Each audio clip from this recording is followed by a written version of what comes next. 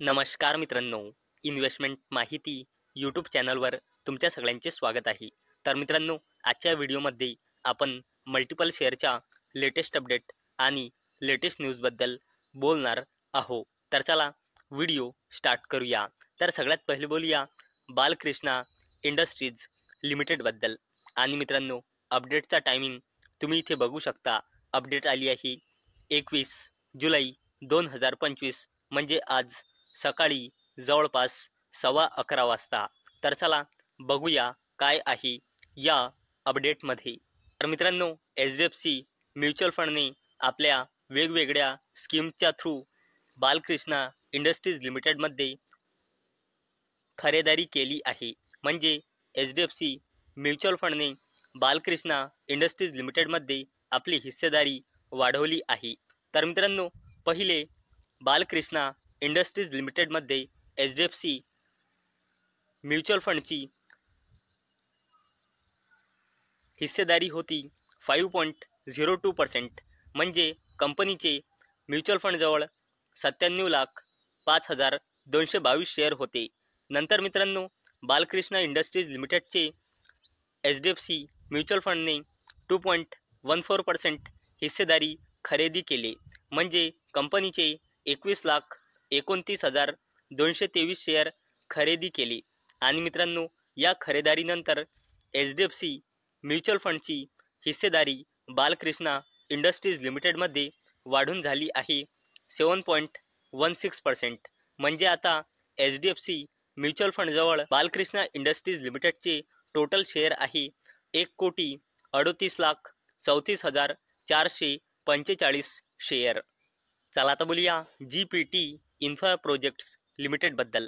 तर मित्रांनो, GPT infra projects share jump after bagging ₹351 कोटी हायवे ब्रिज कॉन्ट्रॅक्ट. तर चला अपडेटला डिटेलमध्ये समजून घेऊया. तर मित्रांनो, GPT इन्फ्रा प्रोजेक्ट्स लिमिटेड या कंपनीला Agra Gwalior highway private limited कडून न्यू मेजर ब्रिजच्या कन्स्ट्रक्शनसाठी इन्फ्रास्ट्रक्चर कॉन्ट्रॅक्ट मिळाला आहे, ज्याची व्हॅल्यू आहे 351 कोटी रुपये. आणि मित्रांनो, याच अपडेटमुळे आज GPT इन्फ्रा प्रोजेक्ट्स लिमिटेड ही कंपनी फोकसमध्ये होती. चला आता बोलूया टिटागढ रेल सिस्टम्स लिमिटेडबद्दल. तर मित्रांनो, टिटागढ रेल सेक्युअर ₹312.69 कोटी wagon supply order from Indian railways. तर चला अपडेटला डिटेलमध्ये समजून घेऊया. तर मित्रांनो, टिटागढ रेल सिस्टम्स लिमिटेड या कंपनीला मिनिस्ट्री ऑफ रेल्वेजकडून ऑर्डर मिळाला आहे. कशासाठी? 780 BVCM वॅगन्सच्या मॅन्युफॅक्चरिंग आणि सप्लायसाठी. आणि मित्रांनो, या ऑर्डरची टोटल व्हॅल्यू आहे 312.69 कोटी रुपये. चला आता बोलूया PSU कंपनी BEML लिमिटेडबद्दल. तर मित्रांनो, PSU stock split board approves division of 1 share into 2. तर मित्रांनो, PSU कंपनी BEML लिमिटेडने 1:2च्या रेशोमध्ये स्टॉक स्प्लिट अनाऊन्स केला आहे. म्हणजे एका शेअरचे 2 शेअर होऊन जाईल. आणि मित्रांनो, सरळ भाषेत म्हणजे जेवढे पण तुमच्याजवळ या कंपनीचे शेअर असेल ते डबल होऊन जाईल. म्हणजे मित्रांनो, याचा जो फेस व्हॅल्यू आहे करंटली 10चा, नंतर 5चा होऊन जाईल. आणि मित्रांनो, BEML लिमिटेडने या 1:2च्या रेशोच्या स्टॉक स्प्लिटला देण्यासाठी रेकॉर्ड डेट किंवा एक्स डेट फिक्स केलेली नाही. परंतु मित्रांनो, BEML लिमिटेड रेकॉर्ड डेट किंवा एक्स डेट जशीच अनाऊन्स करेल मी तुम्हाला इन्फॉर्म करून देईल. चला आता बोलूया डिफेन्स कंपनी मॅझगॉन डॉक शिपबिल्डर्स लिमिटेडबद्दल. तर मित्रांनो, मॅझगॉन डॉक शिपबिल्डर्स लिमिटेड या कंपनीचा जून 2025 या क्वार्टरचा शेअर होल्डिंग पॅटर्न अपडेट झाला आहे. तर मित्रांनो, जून 2025 नुसार या कंपनीमध्ये प्रमोटर्सची होल्डिंग आहे 81.22%, FISची होल्डिंग आहे 2.58%, DISची होल्डिंग आहे 5.21% आणि पब्लिकची होल्डिंग आहे 10.99%. आणि मित्रांनो इथे आपल्याला सरळ दिसत आहे की प्रमोटर्सने आपली हिस्सेदारी क्वार्टर ऑन क्वार्टर बेसिसवर कमी केली आहे. तसेच FISने थोडीशी आपली हिस्सेदारी वाढवली आहे आणि DISने तर जबरदस्तपणे हिस्सेदारी आपली या कंपनीमध्ये वाढवली आहे. आणि मित्रांनो जर आपण DISमध्ये बघितले तर मॅझगॉन्डॉक शिपबिल्डर्स लिमिटेडमध्ये जबरदस्तपणे हिस्सेदारी वाढवली आहे LICने, म्हणजे लाईफ इन्शुरन्स कॉर्पोरेशन ऑफ इंडियाने, आणि वाढून मॅझगॉन्डॉक शिपबिल्डर्स लिमिटेडमध्ये आता LICची हिस्सेदारी झाली आहे 3.27%. आणि मित्रांनो पहिले मार्च 2025 नुसार LIC जवळ मॅझगॉन्डॉक शिपबिल्डर्स लिमिटेडची 1% पेक्षा कमी हिस्सेदारी होती किंवा या कंपनीचे एकही शेअर नव्हते, म्हणून इथे काहीच डेटा दिसत नव्हता. आणि मित्रांनो आता लेटेस्ट डेटानुसार मॅझगॉन्डॉक शिपबिल्डर्स लिमिटेडमध्ये LICची हिस्सेदारी आहे 3.27%. चला आता बोलूया रिलायन्स इंडस्ट्रीज लिमिटेडच्या सबसिडरी कंपनी रिलायन्स रिटेलबद्दल. तर मित्रांनो Reliance retails AJIO launches 4-hour delivery service in 6 cities. तर चला अपडेटला डिटेलमध्ये समजून घेऊया. तर मित्रांनो रिलायन्स रिटेलच्या online fashion and lifestyle platform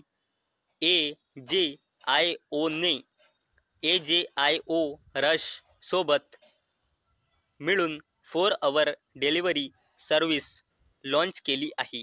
आणि मित्रांनो ही सध्याच लॉन्च आहे, म्हणजे अवेलेबल आहे 6 सिटीजमध्ये, ज्यामध्ये मुंबई, बेंगळुरू, दिल्ली, हैदराबाद यांचे नाव इन्क्लूड आहे. आणि मित्रांनो यामध्ये 1,30,000 ऑप्शन्सपेक्षाही जास्तीचे ऑप्शन्स अवेलेबल आहे. चला आता बोलूया अडानी ग्रुपच्या जबरदस्त कंपनीबद्दल, ज्या कंपनीचे नाव आहे अंबुजा सिमेंट्स लिमिटेड. तर मित्रांनो NCLT approves merger of Adani cementation with Ambuja cements. तर मित्रांनो NCLT म्हणजे नॅशनल कंपनी लॉ ट्रिब्युनलने मंजुरी दिली आहे. कशासाठी?